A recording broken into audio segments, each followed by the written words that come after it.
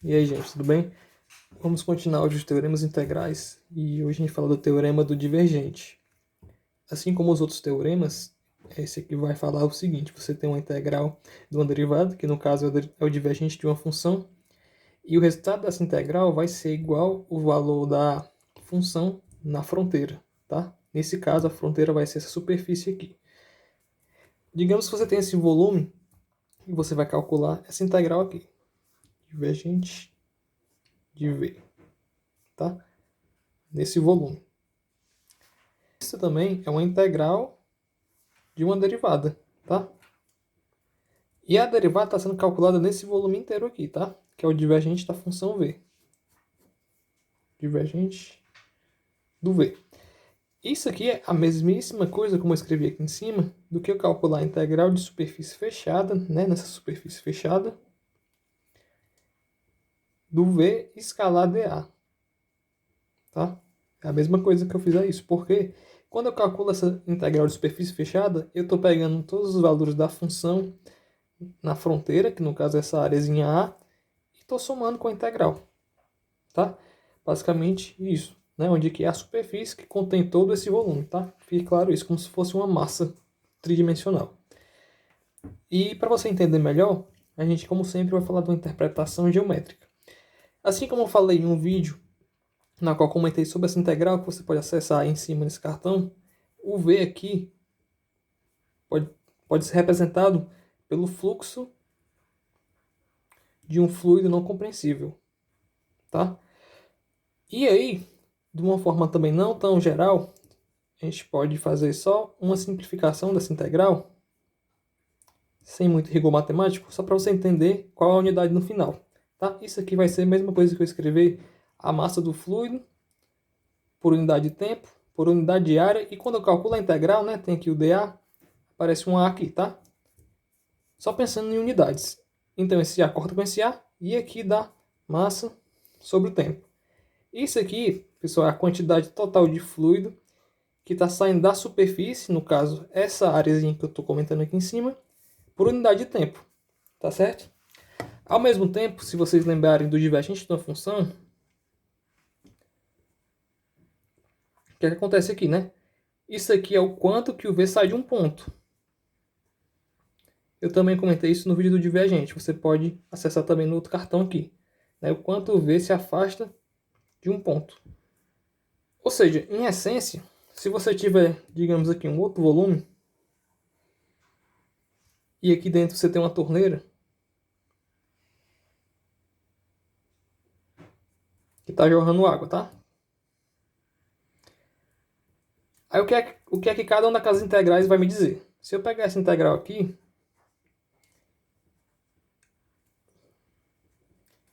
isso aqui é a mesma coisa que eu estar computando, tá? O que está saindo dessa torneira, aqui dentro, né? Está gerando alguma coisa, digamos uma água, né?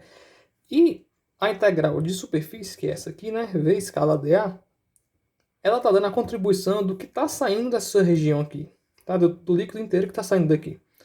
Ou seja, em outras palavras, o teorema do divergente, ele é um teorema de conservação, porque ele está dizendo que o que está sendo gerado aqui dentro, né, é o que está saindo, né? Não pode ser mais nem ser menos, por isso a igualdade. E ele vai dar um suporte muito grande para quando a gente for falar da conservação da carga. Tá bom? Que a gente vai aplicar esse mesmo teorema, só que já com aplicação já no eletromagnetismo em si. Tá bom? E para finalizar, tem um exemplo, tá? Esse aqui é o problema 1.32 do Griffiths, tá? Por exemplo, ele só pede o seguinte: mostre que o teorema do divergente ele é válido para essa função aqui, nesse volume aqui, né? Onde esse lado aqui, esse cubo é um cubo de lado 2, tá? Unidades de comprimento. Simplesmente isso, a gente vai aplicar o teorema do divergente nessa função vetorial, nesse cubo aqui, tá? Que é aquela ideia de gerar uma coisa aqui dentro, e a mesma coisa que foi gerada aqui vai sair pela superfície, tem que ser igual. Lembrando, né, que o divergente de uma função é dada por isso aqui, né? Eu botei aqui para vocês lembrarem. Onde aqui tem o operador nabla e aqui tem a função, né, escrito em coordenadas cartesianas, né? Onde aqui x, y seria o nosso vx, aqui seria o nosso vy e aqui seria nosso vz, tá bom? Vamos lá, aplicar o divergente da função. O divergente dela vai ser derivada da Vx em relação a x da y, mais derivada da Vy em relação a y da 2z, e a derivada de Vz em relação a z dá 3x, tá? Aqui a gente tem o divergente da função, tá? Agora a gente pode calcular essa integral aqui, né? A gente vai ter três componentes, porque a gente tem três componentes desse resultado para calcular. Vamos lá, com muita calma. Essa integral é uma integral volumétrica, né? Lembrando que essa integral vai ser, né? Só representar aqui o dv, vai ser integral em dx, dy e em dz, onde os limites é de 0 até 2, porque o cubo é de 0 até 2. Simples assim, tá? Aí eu vou pegar essa integral e tacar aqui nesse resultado desse divergente, né? A gente vai ficar então com isso, ó. Vou aqui para baixo. Vai ficar integral de 0 até 2 dx, integral de 0 até 2 y dy, integral de 0 até 2 dz, mais 2 integral de 0 até 2 dx, vezes integral de 0 até 2 dy, mais 3, né, que tinha um 3 aqui, integral de 0 até 2 x dx, integral de 0 até 2 de dy, integral de 0 até 2 de dz, tá? Vamos lá, continuar, né? Igual a... Isso aqui dá 2, isso aqui também dá 2. Desculpa, y ao quadrado sobre 2 de 0 a 2 dá 4 sobre 2. Essa aqui dá 2, mais 2, né? Vezes 2, né? 2. E aqui faltou só uma integralzinha, que é a de integral de 0 a d2 de z dz, né? Esqueci de botar essa componente aqui, tá? Vezes 4 sobre 2, mais, finalmente, né? 3.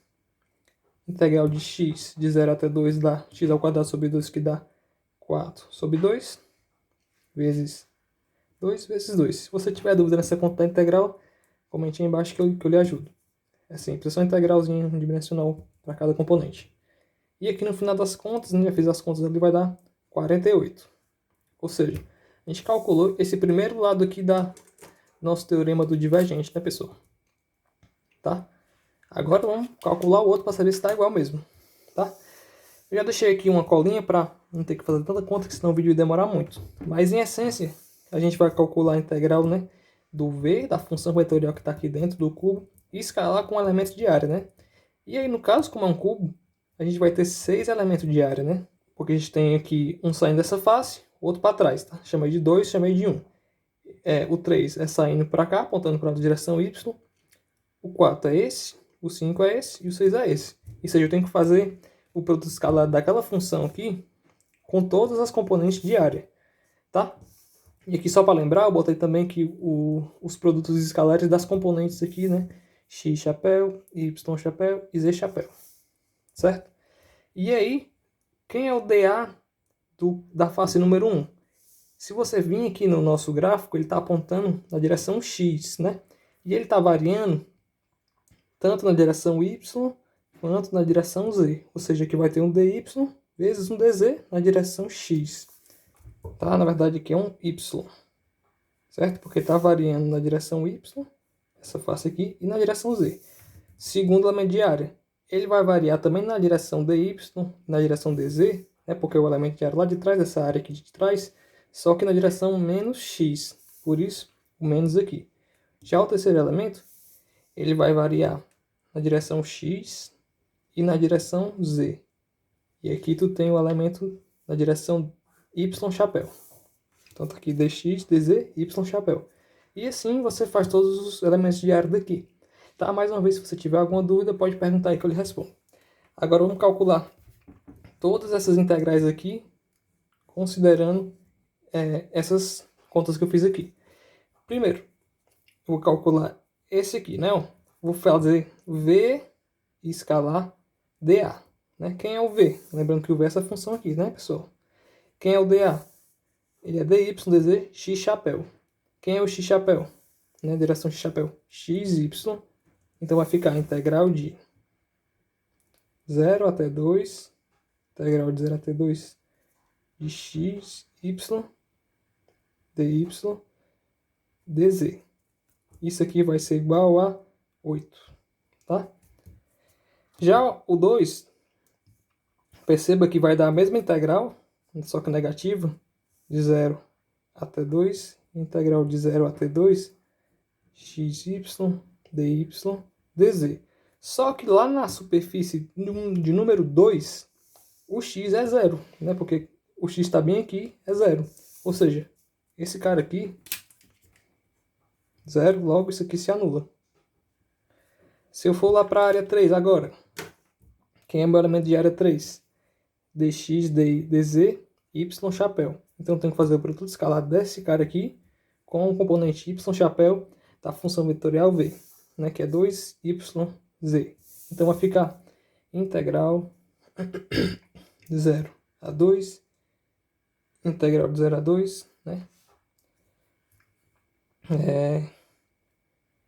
Dy, dz vezes yz, certo? E isso aqui vai dar 16, tá certo? E aí, pessoal, você pode fazer a conta para os outros também, que é a mesma coisa, tá? E aqui nesse A4 também vai dar 0, porque quando a gente calcula essa integral aqui, considerando nesse elemento de área, aqui vai aparecer o 0 também, e aí vai anular, porque o y é 0 naquela face de número 3, desculpa, de número 4. Já o A5